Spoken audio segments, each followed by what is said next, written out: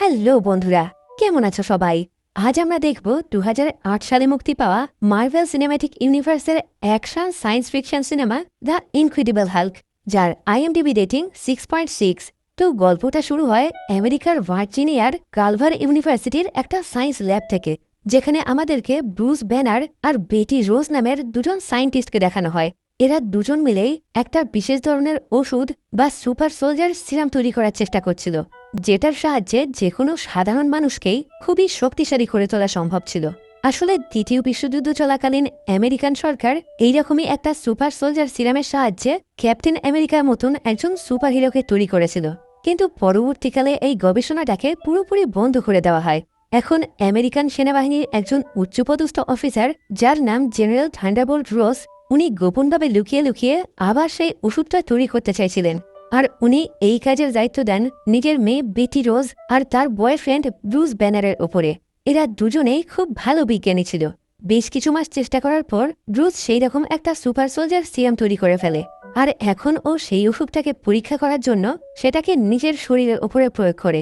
কিন্তু এই কাজটা করার সময় ওই ল্যাবের মধ্যে একটা যান্ত্রিক সমস্যা দেখা দেয়, যার ফলে ব্রুসের শরীরে প্রচুর পরিমাণ গামা রশ্মি পড়ে। এই গামা রশ্মিগুলো এতটাই ক্ষতিকর ছিল যে এটার সংস্পর্শে আসলেই যে কোনো সাধারণ মানুষ মারা যেত। কিন্তু যেহেতু ব্রুসের শরীরে সেই সুপার সোলজার সিরামটা ছিল, সেজন্য এই গামা রশ্মির সংস্পর্শে আসার পর ও আরও বেশি শক্তিশালী হয়ে ওঠে। এরপর ও আস্তে আস্তে একটা বিশাল বড় দানবের রূপ ধারণ করে, আর ব্রুসের এই দানব রূপটাকেই হাল্ক বলা হয়। এখন এই হাল্কের রূপ ধারণ করার পর ব্রুস ওই ল্যাবের মধ্যে সবকিছু ভাঙচুর করতে শুরু করে। তারপর ওই ল্যাবের বেশ কিছু লোকজনকেও মেরে আহত করে দেয়, যাদের মধ্যে ওর গার্লফ্রেন্ড বেটিও ছিল। কিছুক্ষণ পর একটু সুস্থ হয়ে নিজের স্বাভাবিক রূপে ফিরে আসার পর ও হসপিটালের মধ্যে নিজের গার্লফ্রেন্ড বেটির সঙ্গে দেখা করতে আসে। আর এই খবরটা জানতে পেরেই বেটির বাবা জেনারেল থান্ডারবোল্ট ব্রুসকে গ্রেফতার করার জন্য হসপিটালের মধ্যে নিজের সেনাবাহিনী পাঠিয়ে দেয়, কারণ উনি ব্রুসকে একটা অস্ত্র হিসেবে ব্যবহার করতে চাইছিলেন। কিন্তু এই ব্যাপারটা বুঝতে পেরে ব্রুস ওখান থেকে পালিয়ে আসে। এরপর বিগত বেশ কিছু বছর ধরে ও নিজেকে আমেরিকান সরকারের কাছ থেকে লুকিয়ে রাখে। এইভাবে আস্তে আস্তে 5 বছর কেটে যায়। দেখা যায় ব্রুস এখন ব্রাজিলের রোচিনা ফেভেলো নামের একটা ছোট্ট শহরে লুকিয়ে আছে। এখানে ওকে কেউই চিনত না, আর ওর সম্পর্কে কিছুই জানত না। এখানে ও নিজের রাগ নিয়ন্ত্রণ করার জন্য যোগা, মেডিটেশনের মতন বিশেষ বিশেষ কিছু ট্রেনিং করত, কারণ ও একটু রেগে গেলে বা বেশি উত্তেজিত হয়ে গেলে আবার সেই হালকের রূপ ধারণ করে আশেপাশের সবকিছু ভাঙচুর করতে শুরু করবে। সেজন্যই ও সবসময় নিজেকে খুবই শান্ত রাখার চেষ্টা করত। এখানে ও নিজের খরচ চালানোর জন্য একটা কোল্ড ড্রিঙ্কসের ফ্যাক্টরিতে কাজ করত। ব্রুসের ওই অফিসেই বেশ কিছু লোক ছিল যারা ওকে একদমই পছন্দ করত না, আর ওদের সাথে এর মাঝে মাঝে ঝামেলা বাঁধত। একদিন এখানে কাজ করার সময় হঠাৎ করে ওর হাত একটু কেটে গিয়ে সেখান থেকে 1 ফোঁটা রক্ত নিচে বেশ কিছু কোল্ড ড্রিঙ্কসের বোতলের উপরে পড়ে, যেটা দেখে ও খুবই ভয় পেয়ে যায়, কারণ ওর রক্তের মধ্যে এখন প্রচুর পরিমাণ গামা পয়জন রয়েছে, যেটা যে কোনো সাধারণ মানুষের জন্যই খুবই ক্ষতিকর। এখন ও তাড়াতাড়ি করে সমস্ত মেশিন বন্ধ করে নিচে এসে নিজের সেই রক্তের ফোঁটাটা খুঁজতে শুরু করে। দেখা যায় ওর রক্ত ওই বোতলগুলোর পাশে একটা ফাঁকা জায়গায় পড়েছিল। এখন ও তাড়াতাড়ি করে ওই রক্তের ফোঁটাটা মুছে দিয়ে একটু নিশ্চিন্ত হয়, কিন্তু দেখা যায় পাশেই অন্য একটা বোতলের মধ্যে ওর আরও 1 ফোঁটা রক্ত পড়েছিল, যেটাকে ও কোনোভাবেই খেয়াল করেনি। এখন মেশিনের সাহায্যে সেই বোতলে কোল্ড ড্রিঙ্কস ভরে সেটাকে প্যাক করে আমেরিকার উদ্দেশ্যে পাঠিয়ে দেওয়া হয়। অফিস থেকে বাড়ি ফিরে ব্রুস নিজের ল্যাপটপ থেকে মাঝে মাঝেই মিস্টার ব্লু নামের একটা লোকের সঙ্গে কথা বলতো। ব্রুস আর মিস্টার ব্লু দুজনের কেউই একে অপরকে চিনত না। ওরা দুজনেই খুবই গোপনভাবে কথা বলতো। আসলে ব্রুস যেভাবেই হোক নিজের এই হাল্ক হয়ে যাওয়ার রোগের থেকে মুক্তি পেতে চাইছিল, আর মিস্টার ব্লু ওকে এই কাজে সাহায্য করত। এখন মিস্টার ব্লুর কথা মতন ব্রুস খুবই বিরল প্রজাতির একটা বিশেষ ধরনের ফুল জোগাড় করে। তারপর সেই ফুলটাকে ছোট ছোট টুকরো করে কেটে সেই ফুলের রস নিজের রক্তের সাথে মেশায়। দেখা যায় এটা মেশানোর সাথে সাথেই ওর রক্ত আস্তে আস্তে ঠিক হয়ে একদম স্বাভাবিক হয়ে গেছিল। ওর রক্ত থেকে সমস্ত গামা পয়জন নষ্ট হয়ে গেছিল, কিন্তু কিছুক্ষণের মধ্যেই ওই ফুলের রিয়াকশন কেটে গিয়ে ওর রক্ত আবার আগের মতন হয়ে যায়, যেটা দেখে ও খুবই নিরাশ হয়ে যায়। এখন ও মিস্টার ব্লুকে জানায় ওর এই এক্সপেরিমেন্টটাও ব্যর্থ হয়েছে। এখন মিস্টার ব্লু বলে, বিগত বহু বছর ধরেই আমি তোমাকে এইভাবে সাহায্য করছি, কিন্তু এতে কোনো লাভ হচ্ছে না, তাই এখন আমাদেরকে সামনাসামনি দেখা করতে হবে। তাহলেই আমি তোমাকে আরো ভালোভাবে সাহায্য করতে পারবো। কিন্তু ব্রুস বলে, আমাদের সামনাসামনি দেখা করাটা একদমই ঠিক হবে না, এটা আমাদের দুজনের জন্যই বিপজ্জনক। তখন মিস্টার ব্লু বলে, ঠিক আছে, তাহলে তুমি আমার কাছে তোমার রক্তের স্যাম্পেল পাঠিয়ে দাও, আমি সেগুলোর ওপরেই গবেষণা করব। এখন কথা মতন ব্রুস নিজের রক্তের স্যাম্পেল কুরিয়ার করে মিস্টার ব্লুর কাছে পাঠিয়ে দেয়। অন্যদিকে দেখা যায় যে কোল্ড ড্রিঙ্কসের বোতলের মধ্যে ব্রুসের রক্ত পড়েছিল, এখন সেই কোল্ড ড্রিঙ্কস খেয়েই আমেরিকার একটা লোক খুবই অসুস্থ হয়ে গেছে। ওনার শরীরের মধ্যে প্রচুর পরিমাণ গামা পয়জন পাওয়া গেছে। এখন সঙ্গে সঙ্গেই এই রিপোর্টটা আর্মি জেনারেল থান্ডারবোল্টের কাছে পৌঁছে যায়, যেটা দেখে উনি খুব ভালোভাবে বুঝতে পারেন এর পিছনে নিশ্চয়ই ব্রুসের হাত রয়েছে, কারণ এই পৃথিবীতে ওর রক্তের মধ্যেই সবচেয়ে বেশি গামা পয়জন রয়েছে। উনি খোঁজ লাগিয়ে জানতে পারেন এই কোল্ড ড্রিঙ্কসগুলোকে ব্রাজিলে তৈরি করা হয়েছে। এখন উনি নিজের পুরো সেনাবাহিনী নিয়ে ব্রুসকে ধরার জন্য ব্রাজিলের উদ্দেশ্যে বেরিয়ে পড়েন। আর এই কাজটা করার জন্য উনি ব্লন্সকি নামের একজন স্পেশাল অফিসারকেও নিজের দলে নিয়োগ করেন। আর অন্যদিকে দেখা যায় ব্রুসের সাথে আরও একবার মিস্টার ব্লুর কথা হচ্ছে। মিস্টার ব্লু ওকে জানায়, আমি তোমার রক্তের স্যাম্পেলটা পেয়েছি, আর সেটার উপরে পরীক্ষা করে আমি সফলও হয়েছি। আশা করছি আমি তোমাকে পুরোপুরি সুস্থ করে দিতে পারবো, কিন্তু তার জন্য তোমার সাথে প্রথম থেকে কি কি ঘটেছে আমার সেই বিষয়ে সমস্ত রকম তথ্য প্রয়োজন। কিন্তু সমস্যা হলো এই সমস্ত তথ্যগুলো ভার্জিনিয়ার কালভার ইউনিভার্সিটির সেই ল্যাবের মধ্যে ছিল যেখানে গবেষণা করতে গিয়ে ব্রুস প্রথমবারের জন্য হালকে পরিণত হয়েছিল। এখন ব্রুসের পক্ষে ওই জায়গায় গিয়ে সেখান থেকে তথ্য জোগাড় করা কোনোভাবেই সম্ভব না। অন্যদিকে দেখা যায় জেনারেল থান্ডারবোল্টের নির্দেশে ব্লন্সকি তার পুরো সেনাবাহিনী নিয়ে ব্রাজিলে এসে ব্রুসের বাড়িটাকে চারিদিক দিয়ে ঘিরে ধরেছে। কিন্তু শেষ মুহূর্তে ব্রুস এই ব্যাপারটা বুঝতে পেরে কোনো রকমে ওখান থেকে পালিয়ে আসে, আর ওকে পালাতে দেখে ব্লন্সকি আর তার সেনাবাহিনীরাও ওকে পিছন থেকে তাড়া করতে শুরু করে। এখন বেশ অনেকক্ষণ ধরে পালানোর পর রাস্তার মধ্যে বেশ কিছু লোকের সাথে ব্রুসের ধাক্কা লাগে। এই লোকগুলো ওর অফিসেই কাজ করত, আর এদের সাথে ওর আগেও ঝামেলা বেঁধেছিল। এখন এই লোকগুলো ব্রুসকে মারার চেষ্টা করে, কিন্তু ও কোনোরকমে ওখান থেকে পালিয়ে পাশের একটা ফাঁকা অন্ধকার কারখানায় ঢুকে লুকিয়ে পড়ে। কিন্তু কিছুক্ষণের মধ্যেই এই লোকগুলো ওকে খুঁজে বের করে মারতে শুরু করে। ব্রুস বারবার ওদেরকে এই কাজটা করতে বারণ করে, কিন্তু ওরা সবাই মিলে খুবই মজা নিয়ে ব্রুসকে মারছিল। এইভাবে বেশ কিছুক্ষণ মার খাওয়ার পর ব্রুস প্রচণ্ড রেগে গিয়ে আবার হালকে রূপ ধারণ করে, আর এরপর ও নিমেষের মধ্যে ওই লোকগুলোকে মেরে আহত করে দেয়। এতক্ষণে ব্লন্সকি আর তার সেনাবাহিনীও ব্রুসকে ধরার জন্য ওই কারখানায় পৌঁছে গেছিল। এখন হাল্ক খুব সহজেই এই সমস্ত সৈনিকদেরকে মারতে শুরু করে। এরা প্রত্যেকেই গুলি আর বোমের সাহায্যে ওকে মারার চেষ্টা করছিল, কিন্তু ওর কোনো কিছুতেই কোনোরকম ক্ষতি হচ্ছিল না। ও এক এক করে সমস্ত সৈনিকদেরকে মারতে শুরু করে। এমনকি একটা সময় ব্লন্সকির সঙ্গে ওর মুখোমুখি দেখা হয়ে যায়, কিন্তু ব্লন্সকি কোনো রকমে ওখান থেকে নিজের জীবন বাঁচিয়ে পালিয়ে আসে। এখন সবাইকে মেরে আহত করার পর হাল্ক ওখান থেকে অনেক দূরে চলে যায়। এবার ওখান থেকে ফিরে এসে ব্লন্সকি জেনারেল থান্ডারবোল্টকে জানায় আজকে ব্রুসকে বাঁচানোর জন্য ওখানে বিশাল বড় একটা দানব এসেছিল। সে এতটাই শক্তিশালী ছিল যে আমার সমস্ত সৈনিকদেরকেই খুব সহজে হারিয়ে দিয়েছে। যেটা শুনে জেনারেল থান্ডারবোল্ট বলেন, ব্রুসকে কেউই সাহায্য করছে না, ওই দানবটা ব্রুস নিজেই। এটা শুনে ব্লন্সকি খুবই অবাক হয়ে যায়। ও বুঝে উঠতে পারছিল না এমনটা কিভাবে সম্ভব। অন্যদিকে দেখা যায় ব্রুস ব্রাজিল থেকে পালিয়ে গুয়েতেমালা নামের অন্য একটা দেশে পৌঁছে গেছে, আর এখন ও একটা জঙ্গলের মধ্যে অজ্ঞান হয়ে পড়েছিল। জ্ঞান ফেরার পর ও মনে করতে পারছিল না ও এই জায়গায় এলো কিভাবে। আসলে হাল্ক হওয়ার পর ও যা কিছু করে নিজের সাধারণ অবস্থায় ফিরে আসার পর ওর সেই সব কিছুই মনে থাকে না। এখন ও বেশ অনেকদিন ধরে চেষ্টা করে মেক্সিকোর রাস্তা দিয়ে লুকিয়ে লুকিয়ে আবার আমেরিকায় চলে আসে, আর তারপর ও ভার্জিনিয়ার কালভার ইউনিভার্সিটির সামনে পৌঁছে যায়, যেখানে একটা সময় ও আর ওর গার্লফ্রেন্ড বিটি কাজ করত, আর যেখানে গবেষণা করতে গিয়ে ও প্রথমবারের জন্য হাল্কে পরিণত হয়েছিল। এখানে ও দূর থেকে নিজের গার্লফ্রেন্ড বেটিকে দেখতে পায়। দেখা যায় বেটির সাথে এখন অন্য একজনের সম্পর্ক ছিল, যেটা দেখে ব্রুস মনে মনে খুবই কষ্ট পায়। ব্রুস এখানে নিজেকে সবার কাছ থেকে লুকিয়ে রাখছিল। এখানে আসার ওর একমাত্র উদ্দেশ্য হলো যেভাবেই হোক ওই ল্যাবের মধ্যে ঢুকে নিজের গবেষণা সম্পর্কে সমস্ত তথ্যগুলো জোগাড় করা, যাতে সেই তথ্যগুলোর সাহায্যে মিস্টার ব্লু ওকে পুরোপুরি সুস্থ করে তুলতে পারে। কিন্তু সমস্যা হলো কোনোরকম আইডি কার্ড ছাড়া ওই ল্যাবে ঢোকা কোনোভাবেই সম্ভব না। এরপর ব্রুস ওই ইউনিভার্সিটির পাশে একটা রেস্টুরেন্টে চলে আসে, যেখানকার মালিকের সাথে ওর খুব ভালো সম্পর্ক ছিল। এখানে এত বছর পর ব্রুসকে দেখে ওই লোকটা খুবই খুশি হয়। উনি ওই রেস্টুরেন্টের ভিতরেই ব্রুসের কিছুদিন থাকার মতন একটা ব্যবস্থা করে দেন। এবার পরের দিন সকালে ব্রুস ওই রেস্টুরেন্টের পিৎজা ডেলিভারি বয় সেজে বেশ কিছু পিৎজা নিয়ে ওই ল্যাবে পৌঁছে যায়। আর সেখানে পিৎজা ডেলিভারি করার নাম করে ও ওই ইউনিভার্সিটির ল্যাবে ঢুকে যায়। এরপর ও ওই ল্যাবের একটা কম্পিউটার থেকে নিজের গবেষণার সমস্ত পুরানো তথ্যগুলোকে খোঁজার চেষ্টা করে, কিন্তু দেখা যায় ওর গবেষণা সম্পর্কে সমস্ত তথ্যগুলোকেই ডিলিট করে দেওয়া হয়েছিল। এসব কিছু দেখে ও খুবই হতাশ হয়ে যায়, কারণ ওই পুরানো তথ্যগুলো ছাড়া ওকে সুস্থ করে তোলা কোনোভাবেই সম্ভব না।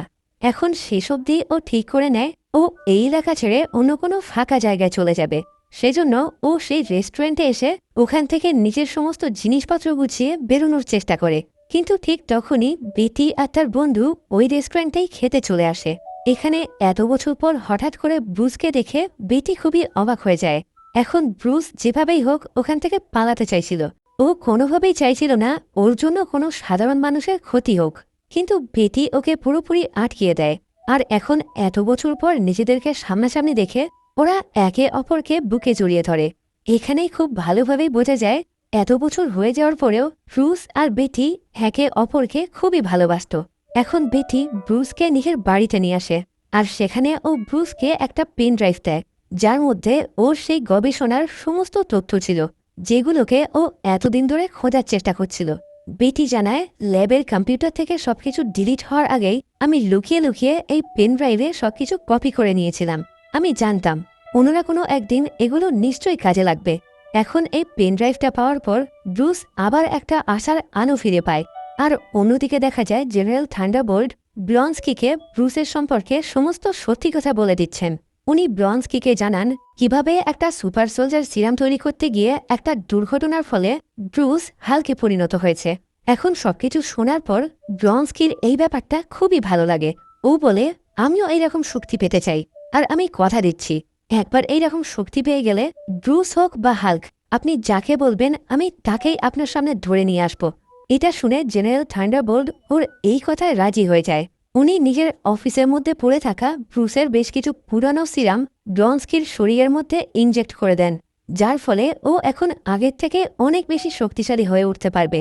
অন্যদিকে দেখা যায় পরের দিন সকালে ব্রুস বেটিকে বিদায় জানিয়ে ওর বাড়ি থেকে বেরিয়ে মিস্টার ব্রুস সাথে দেখা করতে যাচ্ছিল, কিন্তু ঠিক তখনই জেনারেল থান্ডারবোল্ট ব্লন্সকি ওদের পুরো সেনাবাহিনী নিয়ে ওখানে পৌঁছে যায়।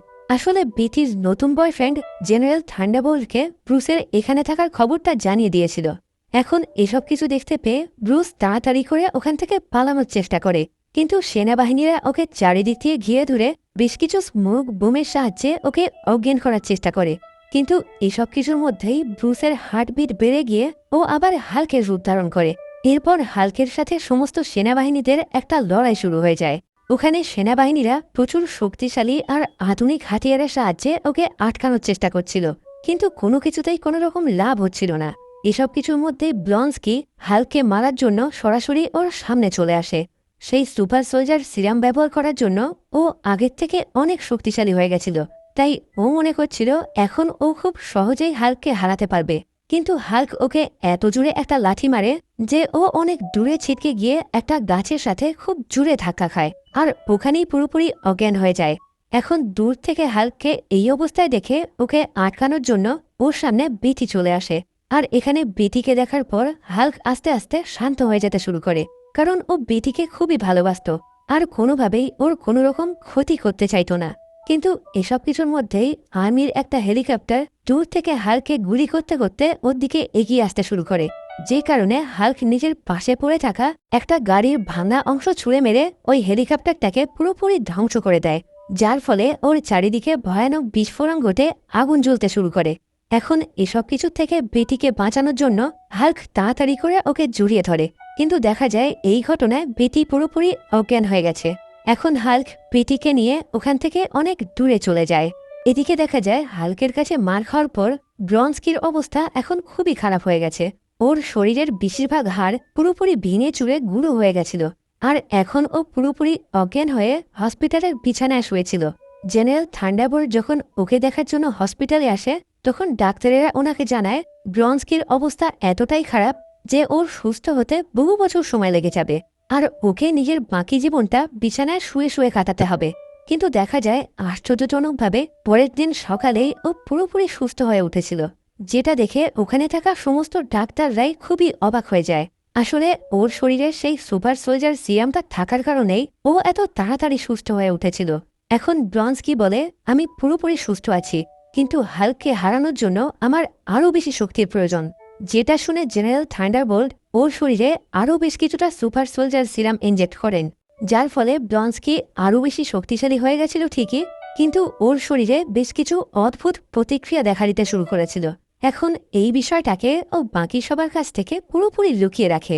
অন্যদিকে দেখা যায় বেটিকে নিয়ে অনেক দূরে চলে আসার পর ব্রুস এখন আবার নিজের আগের রূপে ফিরে এসছে। এখন ওরা দুজন মিলে লুকিয়ে লুকিয়ে মিস্টার ব্লুর সঙ্গে দেখা করার জন্য বেরিয়ে পড়ে। রাস্তায় যাওয়ার পথে ব্রুস একটা সাইবার ক্যাফে থেকে মিস্টার ব্লুকে মেল করে ওই ল্যাব থেকে পাওয়া সমস্ত তথ্যগুলো পাঠিয়ে দেয়। অন্যদিকে দেখা যায় জেনারেল থান্ডারবোল্টের আদেশ অনুযায়ী সমস্ত সেনাবাহিনী আর শিল্ডের লোকজন চারিদিকে তন্ন করে ব্রুস আর বেটিকে খোঁজার চেষ্টা করছিল। এখন ব্রুসের মেলে ওই ফাইলটা সরাসরি শিল্ডের হেডকোয়ার্টারে পৌঁছে যায়, আর এখান থেকেই ওরা মিস্টার ব্লুর সম্পর্কে জানতে পারে। দেখা যায় মিস্টার ব্লুর আসল নাম ছিল ডক্টর স্যামুয়েল স্টন, আর উনি একজন জীববিজ্ঞানী ছিলেন। এখন জেনারেল থান্ডারবোল্টের আদেশ অনুযায়ী ব্রনস্কি আর তার পুরো সেনাবাহিনী মিস্টার ব্লু অর্থাৎ ডক্টর স্যামুয়েলের ঠিকানায় পৌঁছে যায়, যার ফলে ব্রুস যখন ওনার সঙ্গে দেখা করতে যাবে এরা তখনই ওকে গ্রেফতার করে নেবে। আর এদিকে দেখা যায় ব্রুস আর বেটি এখন লুকিয়ে লুকিয়ে ডক্টর স্যামুয়েলের কাছে পৌঁছে গেছে। আর আজ এই প্রথমবারের জন্য ব্রুস আর ডক্টর স্যামুয়েল একে অপরকে সামনাসামনি দেখল। এখন ডক্টর স্যামুয়েল বলে, তুমি আমার কাছে তোমার যে রক্তের স্যাম্পেল আর যে ডেটাগুলো পাঠিয়েছিলে সেটার সাহায্যেই আমি একটা অ্যান্টিডোট তৈরি করেছি। আমি আশা করছি এটার সাহায্যেই তোমাকে পুরোপুরি সুস্থ করে তোলা সম্ভব, কিন্তু এই কাজটা করার জন্য তোমাকে সবার আগে আবার হাল্কের রূপে ফিরে যেতে হবে। এখন ডক্টর স্যামুয়েল ব্রুসের হাত পা বেঁধে ওকে শুইয়ে ওকে ইলেকট্রিক শক দিতে শুরু করে, যার ফলে আস্তে আস্তে ও হাল্কের রূপ ধারণ করতে শুরু করে। আর ঠিক তখনই ডক্টর স্যামুয়েল সেই অ্যান্টিডোটটাকে ওর শরীরে ইনজেক্ট করে, যার ফলে ব্রুস কিছুক্ষণের মধ্যেই আবার নিজের স্বাভাবিক অবস্থায় ফিরে আসে। এখন এই ঘটনায় এরা প্রত্যেকেই খুবই খুশি ছিল। নিজের তৈরি ওষুধ কাজ করেছে দেখার পর ডক্টর স্যামুয়েল খুবই আনন্দ পান। উনি ব্রুসকে বলেন, তোমার রক্ত তো অনেক শক্তিশালী, ওটার সাহায্যে আমরা অনেক নতুন নতুন গুরুত্বপূর্ণ ওষুধ তৈরি করতে পারবো। তাই তোমার পাঠানো ওই রক্তের সাহায্যে আমি তোমার রক্তের আরও অনেকগুলো স্যাম্পেল তৈরি করেছি, যাতে ভবিষ্যতে ওটার সাহায্যে অনেক ভালো ভালো ওষুধ তৈরি করে আমরা সাধারণ মানুষের উপকার করতে পারি। কিন্তু এটা শুনে ব্রুস খুবই ভয় পেয়ে যায়। ও বলে, আমার রক্তের সমস্ত স্যাম্পেলগুলোকে আপনি এখনই নষ্ট করে দিন, কারণ আমাদের দেশের সেনাবাহিনী আমার এই শক্তিটাকে অনেক খারাপ কাজে ব্যবহার করতে চায়। এরা যখন নিজেদের মধ্যে কথা বলছিল তখনই ওখানে ব্রনস্কি তার পুরো সেনাবাহিনী নিয়ে পৌঁছে যায়, আর ওরা দূর থেকে লুকিয়ে লুকিয়ে একটা ইঞ্জেকশনের সাহায্যে ব্রুসকে অজ্ঞান করে দেয়। তারপর ওখানে ব্রনস্কি এসে ব্রুসকে তাড়াতাড়ি করে হাল্কের রূপ ধারণ করতে বলে, যাতে ও হাল্ককে হারিয়ে নিজে জিতে যেতে পারে। আসলে ও এই পৃথিবীর মধ্যে সবচেয়ে শক্তিশালী হতে চেয়েছিল, কিন্তু ততক্ষণে ব্রুস অজ্ঞান হয়ে যায়। এখন ওর হাত পা বেঁধে ওকে আর বেটিকে গ্রেফতার করে একটা হেলিকপ্টারে করে নিয়ে যাওয়া হয়। এদিকে দেখা যায় ব্রনস্কি এখন হাল্কের মতন শক্তিশালী হতে চাইছিল, সেজন্য ও ডক্টর স্যামুয়েলের মাথায় বন্দুক ঠেকিয়ে ওনাকে ভয় দেখিয়ে বলে, যেভাবেই হোক তুমি আমাকে হাল্কের মতন শক্তিশালী করে তোলো। এখন কোনো উপায় না দেখে ডক্টর স্যামুয়েল ব্রুসের শরীরের রক্ত থেকে তৈরি একটা সিরাম ব্রনস্কির শরীরে ইনজেক্ট করে, কিন্তু যেহেতু ওর শরীরে আগে থেকেই একটা সিরাম ইনজেক্ট করা ছিল, তাই এখন এটা দেওয়ার পর ও একটা বিশাল আকৃতির বিচ্ছিরি দেখতে দানবে পরিণত হয়ে যায়। এখন ব্রনস্কিও হাল্কের মতন খুবই শক্তিশালী হয়ে গেছিল। এখন ও যেভাবেই হোক হাল্ককে হারাতে চাইছিল, সেজন্য ও চারিদিকের সবকিছু ভাঙচুর করতে করতে শহরের রাস্তায় বেরিয়ে পড়ে, আর সেখানে সবকিছু ধ্বংস করতে শুরু করে দেয়। এখন এই খবরটা জেনারেল থান্ডারবোল্টের কাছে পৌঁছে যায়। উনি বুঝতে পারেন অতিরিক্ত শক্তিশালী হয়ে যাওয়ার পর ব্রনস্কি এখন এই সমস্ত কাজকর্ম করছে, আর এখন এই অবস্থায় ওকে শুধুমাত্র হাল্কই আটকাতে পারবে। এখন সবকিছু শোনার পর ব্রুস হাল্কের রূপ ধারণ করে ব্রনস্কির সাথে লড়াই করার জন্য রাজি হয়ে যায়, কিন্তু বেটি ওকে এই কাজটা করতে বারণ করে, কারণ কিছুক্ষণ আগেই ও ডক্টর স্যামুয়েলের ওষুধের সাহায্যে পুরোপুরি স্বাভাবিক হয়ে গেছিল। এখন এরা কেউই জানত না ব্রুস আর কখনো হাল্কের রূপ ধারণ করতে পারবে কিনা। কিন্তু ব্রুস কোনোভাবেই এই শহরের নিরীহ লোকজনকে এইভাবে মারা যেতে দিতে চাইছিল না। সেজন্য ও সরাসরি হেলিকপ্টারের ওপর থেকে নিচে মাটিতে লাফ মারে, আর মাটিতে পড়ার সাথে সাথেই ও হাল্কে পরিণত হয়ে যায়। এরপর হাল্ক আর ব্লন্সকির মধ্যে একটা ভয়ঙ্কর লড়াই শুরু হয়ে যায়। এখানে প্রথমের দিকে হাল্ক কোনোভাবেই ব্লন্সকির সাথে পেরে উঠছিল না। সেজন্য জেনারেল থান্ডারবোল্ট নিজের হেলিকপ্টারের সাহায্যে ব্লন্সকিকে গুলি করে হাল্ককে সাহায্য করতে শুরু করেন। কিন্তু এটা দেখতে পেয়ে ব্লন্সকি ওই হেলিকপ্টারটাকে টেনে মাটিতে ফেলে দেয়, যার মধ্যে জেনারেল থান্ডারবোল্টের সাথে বিটিও ছিল। এখন বিটিকে এইরকম আহত অবস্থায় দেখে হাল্ক খুবই রেগে যায়। ও একটা মোটা শিকল দিয়ে মারতে মারতে ব্লন্সকিকে হারিয়ে দেয়। ও এতটাই রেগে গেছিল যে ব্লন্সকিকে পুরোপুরি মেরে ফেলতে চাইছিল, কিন্তু ঠিক তখনই ওর সামনে বিটি এসে ওকে শান্ত করে দেয়। এখন জেনারেল থান্ডারবোল্ট নিজের বাকি সেনাবাহিনীর সাহায্যে ব্লন্সকিকে গ্রেফতার করে নেয়। এবার আশেপাশে এত লোকজন, সেনাবাহিনী আর ধ্বংসাবশেষ দেখে ব্রুস খুব ভালোভাবেই বুঝতে পারে ওর পক্ষে স্বাভাবিক জীবনে ফিরে আসা আর কখনোই সম্ভব না। তাই ও বেটিকে বিদায় জানিয়ে ওখান থেকে অনেক দূরে চলে যায়। এই ঘটনায় বেটির খুবই মন খারাপ হয়ে গেছিল। ব্রুসের কথা মনে করে ও মাঝে মাঝেই একা একা খুবই মন খারাপ করে থাকত। অন্যদিকে দেখা যায় ব্রুস ওখান থেকে পালিয়ে জঙ্গলের মধ্যে ঘেরা ব্রিটিশ কলম্বিয়ার বিলাকোলা নামের একটা গ্রামের মধ্যে একা একা থাকতে শুরু করেছে। পুরোপুরি জনমানবহীন জায়গায় ব্রুস একটা কটেজের মধ্যে একা একা থাকত। এখন দীর্ঘদিনের প্রচেষ্টার পর ও নিজের রাগ পুরোপুরি নিয়ন্ত্রণ করতে শিখে গেছিল। এখন ও নিজের ইচ্ছায় যখন খুশি হাল্কের রূপ ধারণ করতে পারত। আর এখানেই এই সিনেমার গল্পটা শেষ হয়। সবশেষে পোস্ট ক্রেডিট সিনে আমাদেরকে দেখানো হয় জেনারেল থান্ডারবোল্টের সঙ্গে টনি স্টার্ক অর্থাৎ আয়রন ম্যান দেখা করতে এসছে। টনি বলে, আমার কাছে আপনার এই সমস্যার সমাধান আছে। আমরা সমস্ত শক্তিশালী মানুষদেরকে নিয়ে একটা দল তৈরি করতে চাইছি। যেটা শুনে জেনারেল বলে, আমরা মানে কারা? আসলে টনি এখানে দ্য অ্যাভেঞ্জার্স ইনিশিয়েটিভের ব্যাপারে কথা বলতে এসেছিল। আর আপাতত এখানেই এই গল্পটা শেষ হয়। তো আজকের মতন এই ভিডিওটাকে এখানেই শেষ করছি। ভিডিওটা তোমাদের কেমন লাগলো কমেন্ট বক্সে জানিও। ভালো লাগলে লাইক করো আর খারাপ লাগলে ডিসলাইক করো। আবার দেখা হবে পরবর্তী ভিডিওতে।